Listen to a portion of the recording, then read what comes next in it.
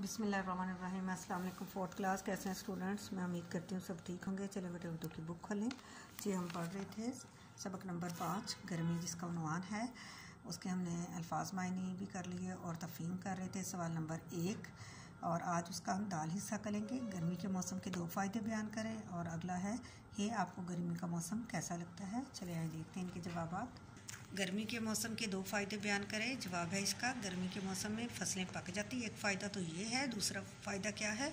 पानी भी ज़्यादा पिया जाता है। हमारे जिस्म को ज़्यादा पानी की ज़रूरत होती है और सर्दियों में हम बहुत कम पानी इस्तेमाल करते हैं।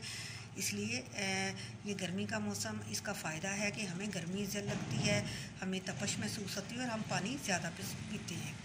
अगला है सवाल, आपको गर्मी का मौसम कैसा लगता है? मुझे गर्मी का मौसम बहुत पसंद है। आगे है सवाल नंबर 2। सवाल नंबर 2 जो है, नज़्म के मुताबिक दिए गए अल्फाज लगाकर मिसरे मुकम्मल करें। ये खाली जगह पूरी करनी है और ये उसके साथ लफ्ज़ दिए गए हैं। इनको देखना है कि कौन सा कहाँ पे आना है लफ्ज़। इसके साथ हमने अपने मिसरे मुकम्मल करने हैं। आता है यूं पसीना, हुआ है डैश जीना। क्या हुआ है? हम इसमें से ढूंढेंगे कौन सा लफ्ज़ आएगा। दूबर। दूबर का मतलब क्या है? मुश्किल। बाहिर जो डैश से निकलो, पानी बहुत सा पी लो। बाहिर घर से, घर लफ्ज़ क्या आएगा? घर।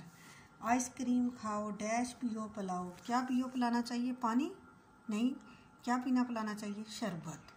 ये लफ्ज़ है यहाँ पे, शरबत आएगा। खीरे उड़ा रहे हैं डैश खा रहे हैं। तरबूज खा रहे हैं।